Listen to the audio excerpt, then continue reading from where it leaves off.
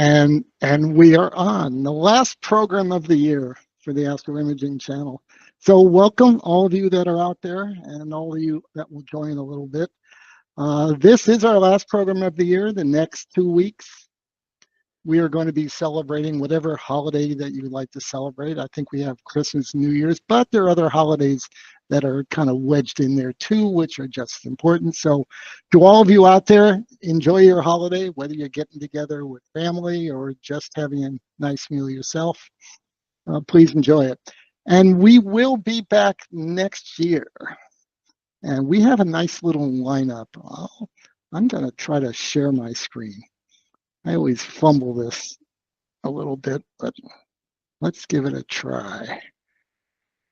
Entire screen. Start here, share. So, after the first of the year, we have a really interesting lineup. You can see that in January we have Kristen Sass, simplified image processing. I'm not quite sure what that is, but I've heard it's very interesting. Cheryl Wilcox will be here. Alan Friedman. With Star PX. Star PX, thank you. Alan Friedman's going to be here, the premier solar imager. Has been around doing this for years before most of us even thought about doing solar imaging. Another lesson on NINA, there's always something new happening in NINA, and Dustin's going to present it. And Jonathan Hill, I don't know if you've seen his image. He produced the most incredible eclipse image that I have ever seen, ever. Just incredible. And of course, we have openings starting in February, and all of you out there that might be interested in doing a presentation, you can go to the astroimagingchannel.org. We have a contact page. Just put in a little note what you'd like to present, and someone will get back to you, and we can get you on the calendar. So that's enough for our calendar. And I'm going to stop presenting. And tonight, we have Alistair Symon. I'm sure that most of you out there, when you do an image, you do like, let's say 2 or 3, 4 nights, or maybe even a week, and maybe get 30 or 40 hours worth of it. And that's an incredible, and you wonder, how can you spend that much time on a single image?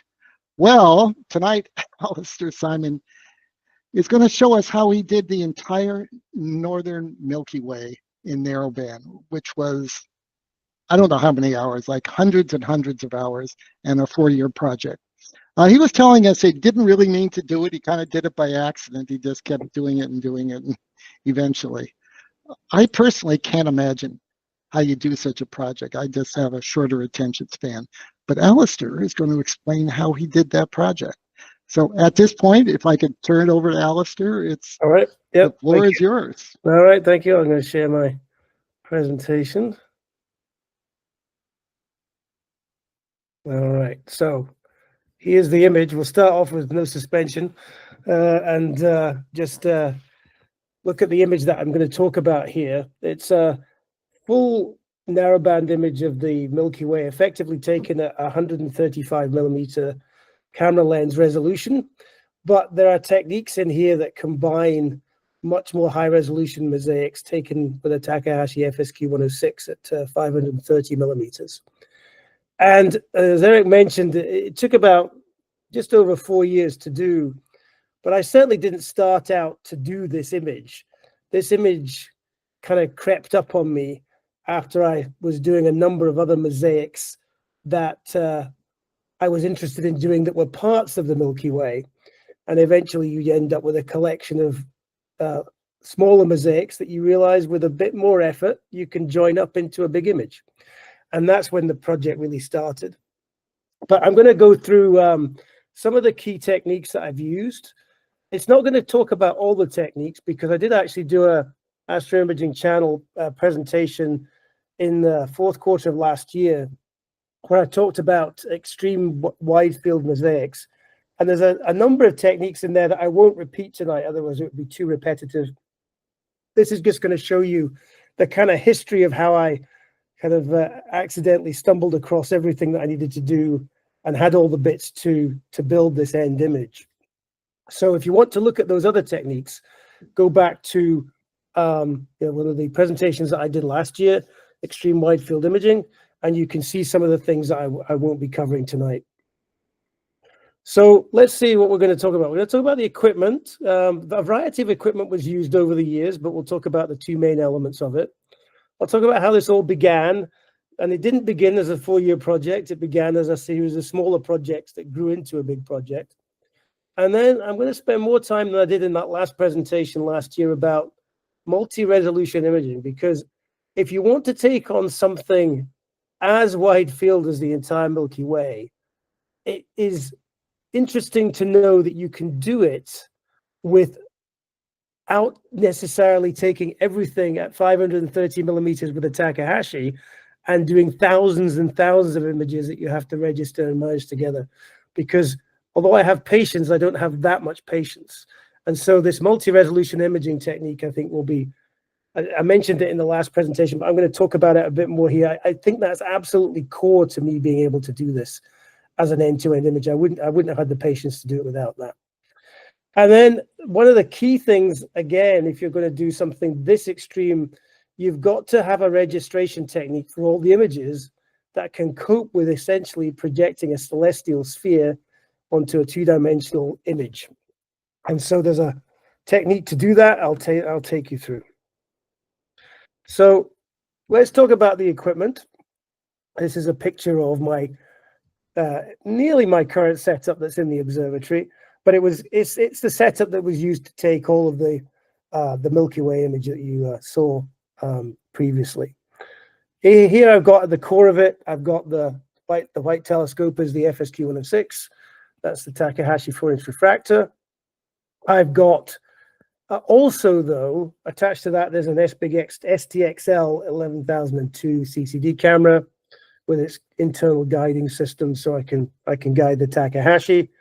And then on the top, we've got the really wide field instrument that has a 135 millimeter astrograph lens, which is the Rokinon lens, and an ASI 6200 monochrome camera that's attached to it. Now, that didn't start off exactly like that. It initially started off as an 85 millimeter Sigma lens with another S-Big SDXL camera attached to it, just like the one on the Takahashi. But I changed that about 2 years ago into this astrograph with Rokinon and also a 6200 mm. So you're going to see that I'm using lots of different pixel sizes and focal lengths over the 4 years. And this multi-resolution imaging technique puts it all together in a way that's, unless you're really zoomed in on the image, it's hard to tell what I've done. So controlling all of this, we've got an Intel NUC, a Paramount MX mount, and a flip-flat gadget to do flat fielding on the FSQ-106. And the guiding is only essential here for the images that I do with the FSQ-106. I don't guide at all with the 135 millimeter astrograph on the top of the Takahashi. The Paramount is accurate enough to not leave any real star trailing in a 10-minute image. So I don't guide at all on the top camera. So here's the astrograph itself. This was key to finishing this mosaic with enough resolution to make it really interesting. It's got that ZWO camera, as I said, the 6200 mm. There's the filter wheel attached to it, and all the data that I'm going to show you tonight in that image was captured using narrowband filters, hydrogen alpha, sulfur 2, and oxygen 3. And I use a EAF focuser to autofocus the 135 millimeter lens, and an asteroidinium ring system that holds that focuser and the lens onto the dovetail mount. So that just sits on top of the Takahashi scope, and it's way below the maximum load for a Paramount, so it tracks really well. So how did I begin all of this and get to the point where I started to take the first images of this picture? So I'd been creating kind of true color images with hydrogen alpha embedded in them, HARGB images, since about 2011. And I'd become pretty proficient at making mosaics with up to 10 images stitched together. So images that might, can cover the Conan Rosette Nebula. You can do that in 10 images with an FSQ-106 and an SDXL 11002. So I became proficient at doing that. And then I was like, okay, I've never done narrowband imaging. So I kind of bought a set of narrowband filters for my filter wheel. And I started that in 2019. So this was really the start of the images that will eventually build up into this end picture. And so I started doing that for the first time with an FSQ-106 and an S-Big XDXL 1002. And the thing I liked about it was, I mean, I live in Tucson, Arizona, and that's really nice for the number of clear nights a year. But you do get encroachment of the Tucson lights into the northwest of Tucson where I live. So narrowband filters help with that. And it also allowed me to do much more imaging during the month. So I could image during all but the very full periods of the moon. And so that lets you do more images over time, which lets you do bigger mosaics. So I didn't intend to take as many pictures with narrowband filters as I did, but once I switched to them, I really like the color contrast that you get. I like a lot of color saturation in my images. It's not everybody's taste, but that's what I like. This system allowed me to do it and create more images more quickly. So as I mentioned, I also added this time a second imaging system on top of the Takahashi because I wanted to experiment, because I'd done 10 image mosaics with the STXL, what the imaging would look like with wider angle lens. So I had another S-Big STXL that I mated to a 85mm Sigma lens, so I could do this very wide field without having to do mosaics. I thought this might be an alternative to doing the mosaics I was already doing.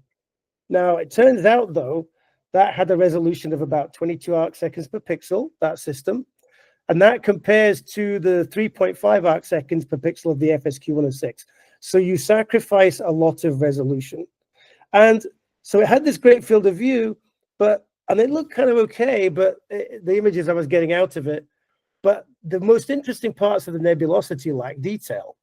So what I did at this point is I quickly realized that with the registration software I have and with the Photoshop masking techniques, that I could actually take images with the 85mm lens and then embed in them the higher resolution FSQ-106 images that I'd taken.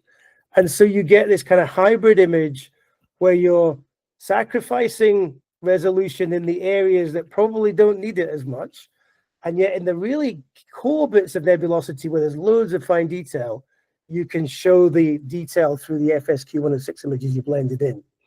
So that is a key technique that without that, I would never have done this image, because it would have needed thousands and thousands of FSQ-106 images to do that entire thing.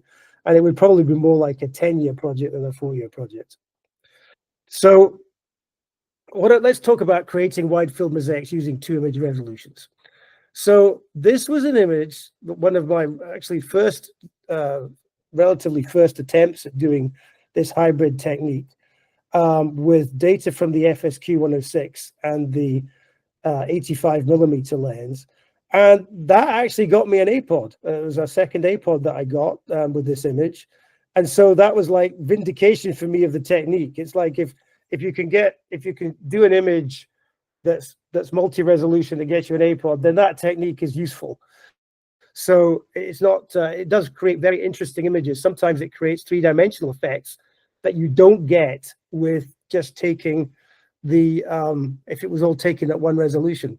This kind of image kind of sucks you into the central black area in Cygnus. So if you look at how that image was built up, you can see there's actually 3 high-resolution mosaics inside the 85mm background mosaic. So the whole image was created with a 4-image mosaic with an 85mm Sigma lens. That's the outer white rectangle of the whole image. And then that looks kind of a bit dull compared to the detail that then appears in this one, because I've taken a 22-image FSQ-106 mosaic that I did, over about 140 hours, and a 2-image FSQ-106 mosaic that I took over 18 hours of the Tulip Nebula area, and then a 2-image mosaic with the Veil Nebula. And then what I've done is that I've taken those 3 higher resolution mosaics and I've blended them in to the 85mm Sigma one. And it does show it's a nice image in terms of it's got lots of detail where it's needed, and it smooths out into the less detailed area of the 85mm lens. So how do you do this? How do you embed a high resolution image inside the lower resolution one? Well, here's a little video of it being done with my registration software, which is Registar. And let me just get this going. Then what we're going to do is on the left, we've got the high resolution FSQ-106 image, and we're going to blend it into the image on the right, which is actually a 135mm mosaic of its own creation, 6 images in total. But we're going to put that little Messier, I think it was Messier 81, into not 81, sorry, it's one of the other sharpless objects. But that is going to go into this big image, and we're going to just register it. We're going to register it into the image on the right, and Registar is going to just do it for us. It's going to resize it into the exact area that's needed in that bigger image, and it's going to create an image the same size as the lower resolution one for us to blend it into in Photoshop. It really is as simple as that. So I think it's hung here for a bit. Let me see if I can do that again. Yes, it stopped going through the playing, unfortunately. Something with my new laptop. Let me see if I can get that. I'm going to go back to it. Hold on.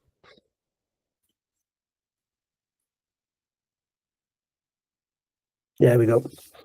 Hopefully you're still seeing that. Here we go to now into Photoshop. We've registered it. We bring up the image that we registered to it. That has been resized right down into the same position and place that it needs. And I am very sorry, but that video is not cooperating at all with me. Let me try that bit again. And we'll go to the right bit.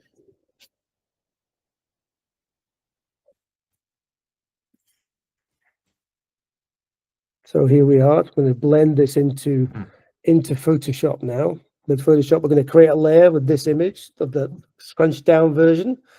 And then we're going to hide that with the mask. And now we're going to paint through on the mask in Photoshop to show through that registered image that was at a higher resolution. So we're just going to use a little painting over the top of that to let that high resolution image show through. And you can see now how that's adding more detail into that low resolution image. This is a very small example of how you would do this. You'd normally have a bigger mosaic to do this with.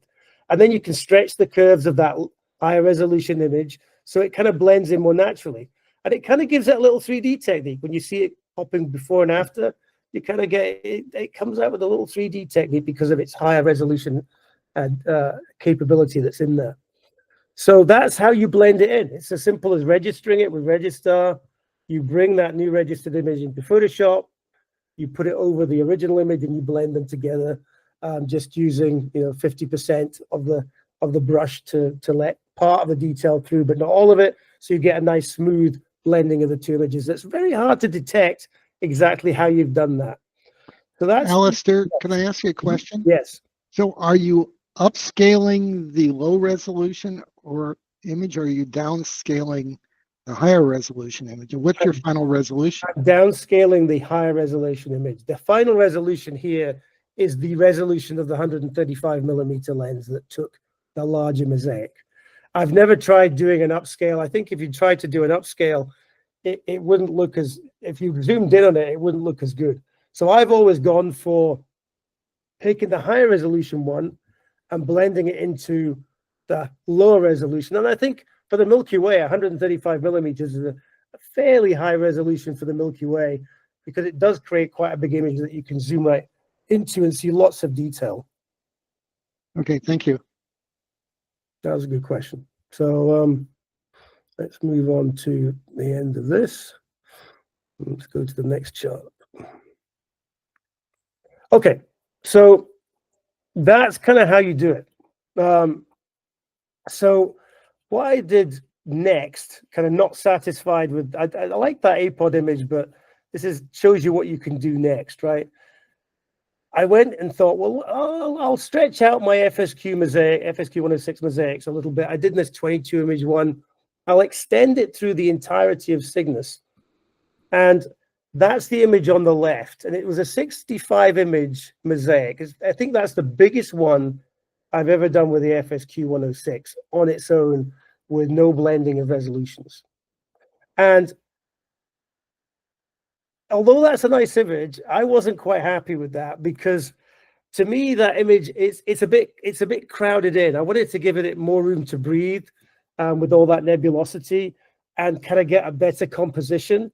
And I kind of knew I could do that by extending out around that rectangle with more FSQ-106 images. But I'm like, no, I've already done 65.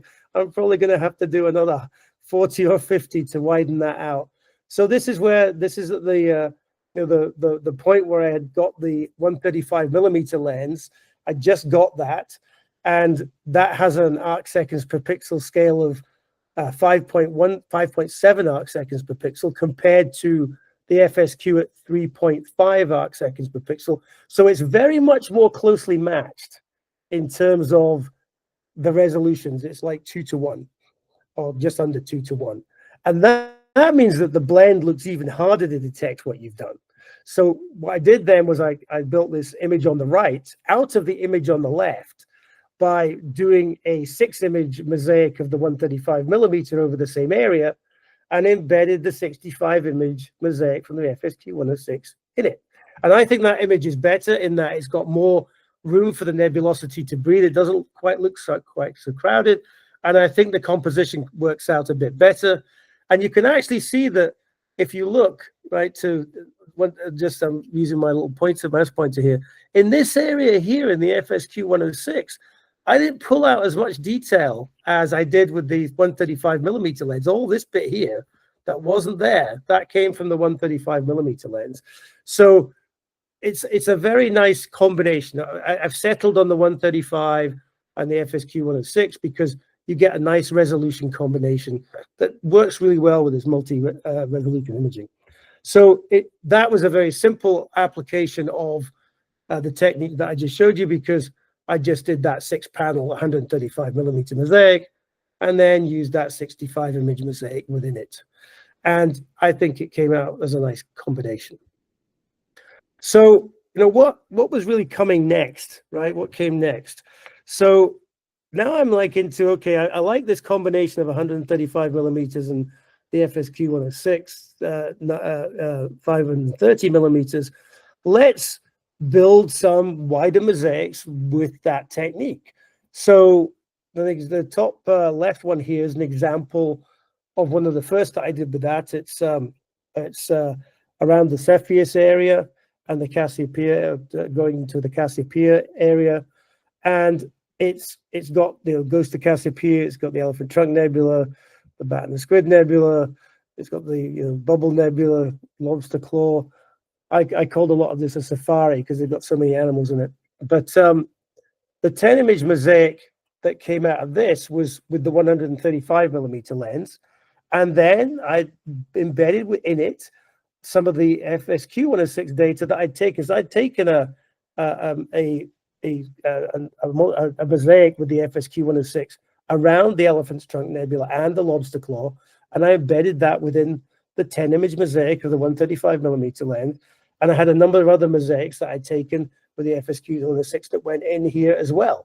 But you can't really tell easily, certainly this zoomed out range, that there's two resolutions playing into it. You can if you zoom right in and do the pixel peeping, but for something you would display on a wall or something you would use on a monitor, it's absolutely a nice way to do it.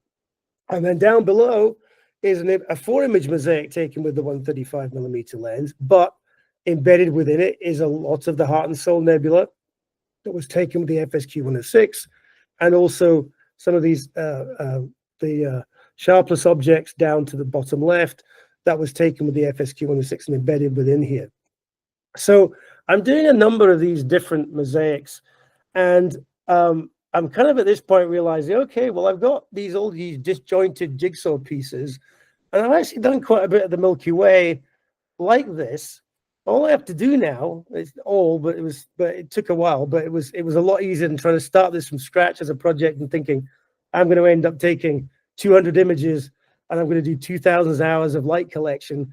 That would have been a daunting task to take on, but I've already done probably about half the work by this point, and it was creating images as I went along before I realized, well, I may as well now stitch them together and go for the whole Milky Way.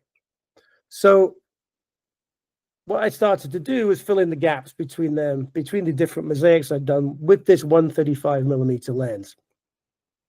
And this will give you an example of how I did the first part of it, which was the summer part of the Milky Way, and also the difference in time that you get with this technique versus doing it all with the FSQ-106. So back on the left of this image is the mosaic I did, the 65 image mosaic with the STXL, and it covers 17 by 18 degrees field of view. It's 400 hours of light connection, and it was a big project in its own right. But then on the right, there you've got a mosaic that's taken of the central part of the Milky Way just above Sagittarius, and that's just a 135mm lens, and it covers, a good bit wider field than that 65 image mosaic. It's 28 by 24 degrees instead of 17 by 18, and it only took 36 hours to capture all the data. That's the key. And then you can take that image on the left and combine it with the image on the right with a bit more mosaic from the 135mm lens, and you can take an image like this on the right with the FSQ-106, that's the areas around the lagoon up to the Eagle Nebula, and put that in a 135mm version of Sagittarius that you take, and you can get an interesting result coming out of it. But before we can see that result, we have to talk about the issue now that we get into with registration, because now we're at such a wide field here with the 135mm. When you get about 6 images with that 135, you start to get into difficulties with the registration software being able to deal with the curvature of projecting the sphere onto the 2D surface. So I'll give you an example of what that looks like here. Here was a 6-image mosaic of the bit we're just looking at. That's the monochrome version of it. The 6-image mosaic of another part of the Milky Way I wanted to combine it with. I put that into the registration software, which is Registar, and I get this weird kind of trapezoid result for the bottom image, because it couldn't figure out exactly what to do based on the overlap. And even if I'd increased that overlap between the two images, I don't think it would have given me much better result, because we're just going over too wide an area trying to convert that sphere into the 2D projection. So at this point, you have to have something else that you can do to register the parts of the mosaic together. That's where we get to. So how do you overcome the limit? Well, in my case, what you do is you need to get an even lower focal length than the 135 image. You need to get a lower image focal length, which, well, you're really doing that because you want to create a simple way of getting a very wide field view from a much lower number of images, where we don't get this registration issue when we put the lower focal length images into registration software. So in this case, what I did was I took a DSLR and I started to image parts of the Milky Way on the southern part of the Milky Way, and then you create a mosaic of that with a 35mm lens, and you've now got something you can register and not have this issue, and then you can register the higher resolution stuff into that. So how do we go about that? So let's talk about the different processes. So here we've got the images that I took on my DSLR of the Milky Way with a 35mm lens. And we've got 4 of them in here. And if we open them as camera raw in Photoshop, we get a feature that allows us to do essentially a panorama merge. And that's going to, because I actually found that Registar still couldn't cope with these lower resolution images initially. When I put them together, it didn't give me a good result. But if you put them into Photoshop, Photoshop can actually handle this pretty well.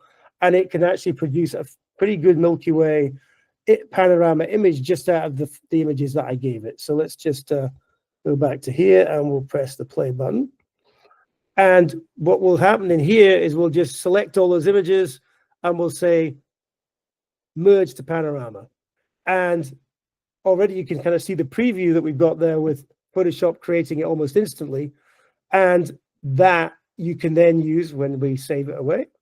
We'll then use that as a registration template that we can use to build up all of those other 135mm images without having those funky trapezoid shapes that Registar was giving me.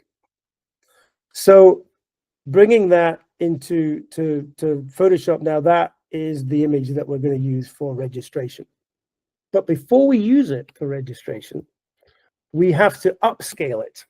So this comes back to Eric's comment earlier. Do I upscale the lower resolution images or do I put my high resolution images into my lower resolution ones?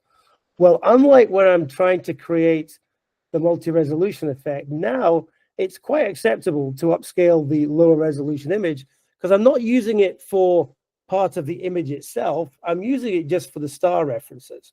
So I can take my 35mm mosaic that Photoshop very quickly produced, and now I can upscale it to be the same arc seconds per pixel as the 135mm lens. Because what I'm wanting to do here is I don't want to sacrifice any resolution of the 135mm. That's my baseline. And so what I'll do is I'll upscale the 35mm image to be as if it was taken at the same resolution as the 135mm lens. And you just do a simple calculation here because you've got the 135mm generating 5.74 arc seconds per pixel. And then you've got the 35mm camera lens, which is generating 31.59 arc seconds per pixel. You divide 1.1 by the other, and you find you need to upscale by 5.5x. And that you can do very easily in Photoshop.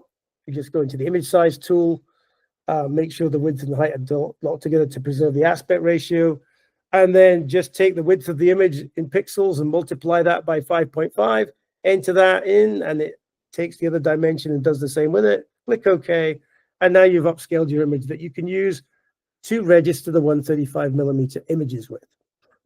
So registering that with your finished template, now we can go back and successfully use Registar. So I'm just going to here, let's play this video. This is Registar. We're trying to, those images on the left are the 135mm images. The image at the top right is the panorama we created with Photoshop with a 35mm lens. And we're registering those 135mm images into that upscaled panorama of the Milky Way. And now we're going to be able to combine those two images without a funky result. So with register, let's put one of them in there. And now we'll just do the same with the other one. And we'll have two images that we can bring into Photoshop that are registered against the template. So you can blend those two images together and it will all look good. And we'll just let that one finish away. Doing the other image.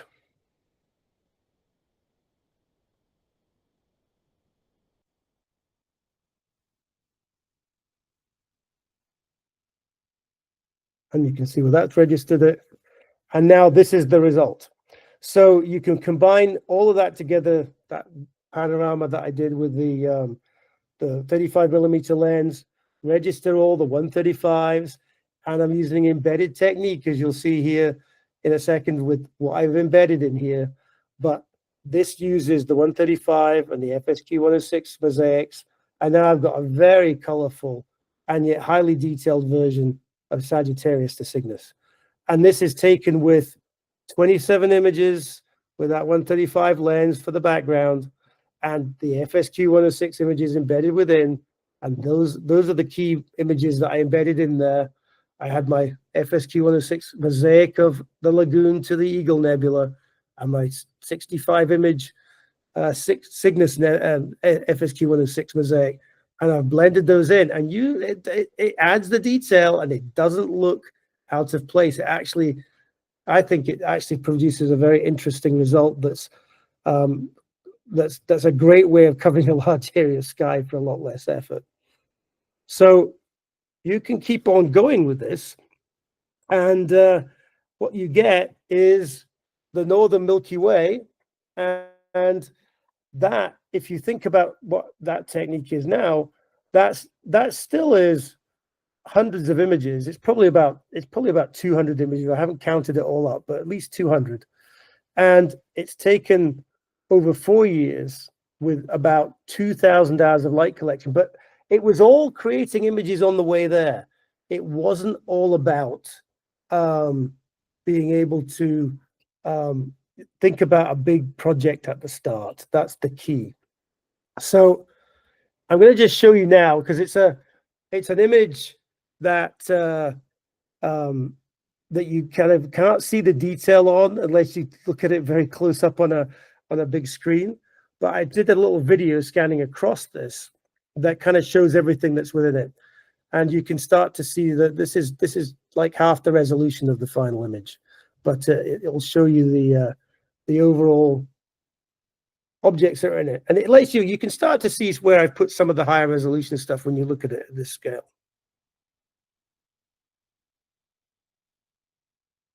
We're scanning across all the Elephant's Trunk Nebula, the North American Nebula, the Butterfly Nebula, and right down into Sagittarius.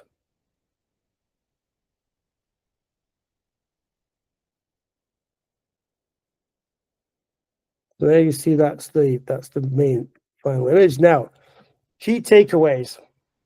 So these are the things that I if you want to do a project like this, this is my key advice. So don't set out with too daunting a project, because I think it would put, if I'd really thought about this up front, oh, I'm going to do a Milky Way, at the very beginning it would be very difficult to get the motivation to keep going, because it's a lot of work. It's better to let it sneak up on you, and that's what happened to me, and that's why I think it was successful for me, because I wouldn't have wanted to think of a 4-year project. I'll think of a 2 or 3 month project like the 60s, or maybe even a 6-month project like the 65 image of the Cygnus area on FSQ-106. I'll do that, but I wouldn't want to think of 4 years up front. The way it worked for me was I had all these other mosaics that I was working on, and I was like, oh, I'd laid them out kind of where they were in the Milky Way. I'm like, I should fill in the gaps, and then it didn't seem so daunting, and then that's what made the project capable from my perspective. So it didn't seem too hard at that point. And I really would recommend that if you want to do something to this extent in terms of a field of view, really try this multi-image resolution technique, because that would have taken me at least twice as long without the multi-resolution technique. And if I'd just done 135 millimeter, it wouldn't have looked so interesting. It wouldn't. You can, when you're zoomed out on the full screen monitor on that image, there's just you can tell there's loads of detail in there. And if you just use the 135, it wouldn't have had the same punch, because the interesting areas of nebulosity would not have popped out the way they do if you embed a higher resolution mosaic for those areas and those areas alone. So that I view that as the key technique, along with having a registration capability that allows you to get around the curvature of the sky being projected onto the 2-dimensional image. So that's what I viewed as essential. So I've kind of gone through everything there, and hopefully there's some questions and we can spend some time on that.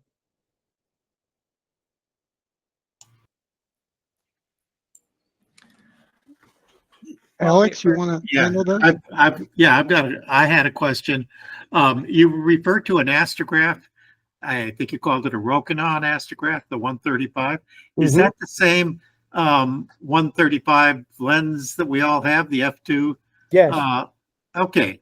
So I just called it an astrograph because when you put it in a little package like that, it's like a little mini telescope. okay.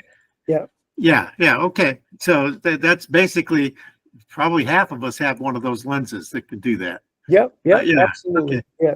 So, and I think I played around with a lot of different lenses on the way. I played around with a 35mm lens. I played around with an 85, and I think the best hybrid imaging came from the 135 and the FSQ-106. Yeah. 530.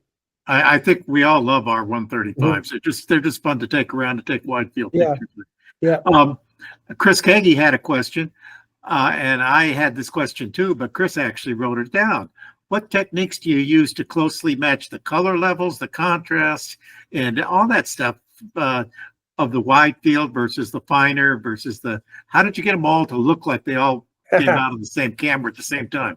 That's actually a good question, and it's all done by hand and eye. It's not like I've got an algorithm for doing it, but here's the way that typically that a single image will get done, right? So I'm always going to take about the same amount of data through each filter. Each 135mm image, each FSQ-106 image mostly is taken with just 2 hours of data in each of the filters: hydrogen alpha, sulfur 2, and oxygen 3. Sometimes I'll go a bit deeper than that, but mostly that's your average imaging duration. And so I try and keep all the images, roughly the same in terms of their imaging duration, so that the net result is going to be equivalent between different images as we stitch them together. And I think I go through this on the previous presentation I did, but then what you do is with what I do with the narrowband images, I actually create 3 mosaics first of all. So if I've got, like, let's take that FSQ-106 65 image mosaic. I create 3 different mosaics. I create a hydrogen alpha one, a sulfur 2 one, and an oxygen 3 one. So first of all, I'm trying to match all the different black and white images together on those filters, which is actually a much easier job than trying to blend. If I produce, it's faster to do it that way, because if I created a narrowband individual image of each of the 65 images, first of all, that's more work to do it that way, because you've got to now process an individual narrowband image 65 times, whereas I like to do 65 of the same filter, blended together monochrome, easier to blend, and I only have to create 1 narrowband SHO image at the end of it versus 65. So I don't introduce the color element until I've done the 3 filter mosaics. And then I take those 65 mosaics of H alpha and 65 images blended together of S2 and 65 of O3, and I put them into Photoshop in the RGB channels. And now what you'll get then, and it merits doing another little video in Photoshop to show exactly how this happens. But what you tend to get then, it looks like you can tell there's areas where you've blended, say, 2 images from H alpha in a subtly different way than you did with S2, and you'll get some area that just looks too red, right? There's like you get a blotchiness to the color on a wide scale. So all you do then is you're still in the mode where you've got these black and white channels, black and white H alpha, S2 and O3, and they're in Photoshop, and you can kind of just go in it. You're looking at that area that looks out of whack with the others. You select it with the lasso tool, that area, and you select it. Say if it looked too red, you select the sulfur component on the red channel. You set the red channel that's got sulfur in it. You drag that down, and it starts to balance the color out. You can see it in front of your eyes, and you just drag it until it starts to look more natural. And then you can also play with some of the selective color tools to change. You might have a slightly different yellow-red effect in one image, one mosaic versus another. And now I've actually moved on to thinking about, okay, we've matched our individual mosaic, our 65 image mosaic. oh, but now I'm embedding it inside a 135 millimeter mosaic that I've created differently, and now I've got two color images, then that you start to use selective color. So when you blend them together, it will become obvious to you that they've got a slightly different tone of yellow and red to the one in the other image. It's going to be close, but it's not going to be as close as you want it. So you just draw around that area and you use selective color to adjust the color to match the one that you're next to. So it's subjective, it's not scientific, but narrowband imaging it's false color anyway. So I think those techniques are okay to play with in that type of environment, because you're trying to create a pleasing end result to the eye. And it is pretty obvious where you have to make the adjustments. And the selective color lets you do it when you're combining color mosaics. And it's the dragging of the individual color channels that let you do it when you're combining the HA, S2, and O3 for the first time. So that's actually a really good question. Thank you. Hey, Alistair, you can quit sharing unless you have something you want us to show us. No, I can then we can see your whole face. So, all right, there you go. in the meantime, Juan Marin says, how much effort was it to correct the backspacing and tilt of the ASI 6200 with the Rokinon? That's something you see a lot of in my other presentation. I talk about exactly how you do that. But basically, the first time I used that 135, I was really disappointed in the results because I had, if you looked in the corners of a full frame camera, you've got the elongated stars, and it was more elongated than I expected. And I'm running this lens at f4. I'm not running it at f2 because I wanted to run it at f4 because it should avoid these artifacts. And also, it's better for the narrowband filters, because if you use a standard narrowband filter with a f2 lens, it shifts the band pass point of the filter, and you get less HA detail or S2 detail. And if you turn it down to f4, it works with these filters I already had.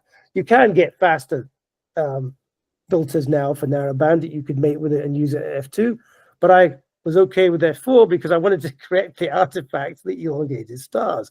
But f4 didn't do it on its own. That was a surprise to me.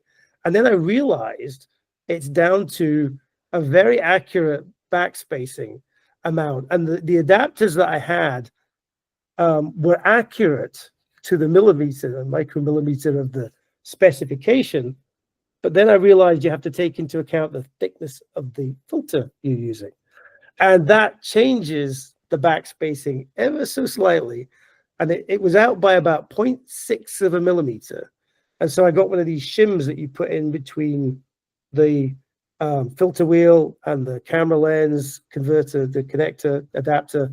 I put a shim of 0.6. You can buy them from any telescope store for like $10. You put this 0.6 millimeter shim in, and it corrects the issue to a fair extent. It's not perfect, but it's a lot better. Okay. How big is that image when you're all done in pixels? Oh, that's a good question. Let me look and see what it is on my website. I think I've got the scaled down version. It's like, I think the full one is like 20,000 pixels long and probably about 2,000 pixels wide or something. So it's up there about 250,000 pixels. It's 135 millimeter resolution. That's what you get roughly out of it. Does anybody know the resolution of the screen at SoFi Stadium that goes all the way around to the big halo? And could we like match that and put this, just go right on by on that big old screen? Wouldn't that be pretty? I'd like it. I think we got all the questions. Who do we know at SoFi? I don't know. No. But it is a big screen, that's for sure. It also would be, what about the Las Vegas, what do they call that giant globe? The sphere. The sphere, the sphere. Oh my God, then I wouldn't have the projection issues. Yeah. Remake it as a spherical image. Right. Yeah. Anyway, back to you, Eric. We got the questions. Okay, yeah, gee, we're done. Well, Alistair, thank you very much. It's making me tired just thinking about how much work this was. And I think you're right. If you start off at the beginning and say, I got a 4-year project, you wouldn't do it. No. You've got to sneak up on it. Yeah. Yeah. Okay. So you ever thought about doing this Southern Hemisphere? Yes, I have. But I have to wait till I retire and I can spend several months down in the Southern Hemisphere. Yeah. There's a fair amount of imagery already out there. You might need, if you could co-opt a few. Yeah, that's actually a good images. idea. Yeah, it's a good idea. I'll have a look. You Yeah. just got to partner up with someone. Mhm. We happen to know someone who lives in the Southern Hemisphere. Yeah, but that does wide field. I'm not sure I know anyone that does wide field. Most of us, do DSOs. Oh, well, I guess we're done. Yeah, I went our through year. that quicker than I thought I would, actually. No, that's all right. It was, Fine. very interesting, and I thank you very much for being on. This wraps up our year. Oh my gosh, 2024, another year. I would say we survived another year, just barely. Molly says, just barely. Still haven't turned in my dang dissertation yet, but I think it's the last thing I need to do. So almost. Yeah, are you going to do that before the end of this? Is an ongoing discussion we have with Molly. For those of you who weren't on it, she I'm is hoping to turn it in this week. that close to finishing up her PhD. So I gotta give the Exactly. committee time to review it though. So we're gonna be pushing right up against the early February deadline of me getting all my paperwork in for graduation. so next year we'll have to refer to it as Dr. Molly. Hopefully, Okay. if I can get everything Hey, done. hi, if you're reading through the chat, the Anak has invited you to come down to, well, he's told you to go down to Western Australia. I don't know if he's down there. I assume he is. He's got really dark skies down there, and it's very safe, except for poisonous creatures. Except for snakes Harry. and spiders and jellyfish. And, Yeah, I'm used to that though. Tucson has that too. So And Terry, is it Trish? Zitrit? Yeah, she says hi from one From of your IBM. peers at IBM. oh, okay. Okay. I know. So I guess we're at the end of our year. Amazing. So thank you everyone out there that's joined us for all this time. I know we don't have everyone we've always had, but hopefully 2025 is going to be another great year. I know we have a good month start on it. And again, anyone that would like to come on and do a presentation like Alistair's, and we don't mean you have to wait 4 years to do it, but please let us know. And if that's it, who's running the show tonight? Patrick? You're our techie tonight. Let's take us out, and good night, everyone. Have a happy holiday and a good new year, and we'll see you in January. Goodbye. Merry Christmas, Happy New Year, Happy Holidays.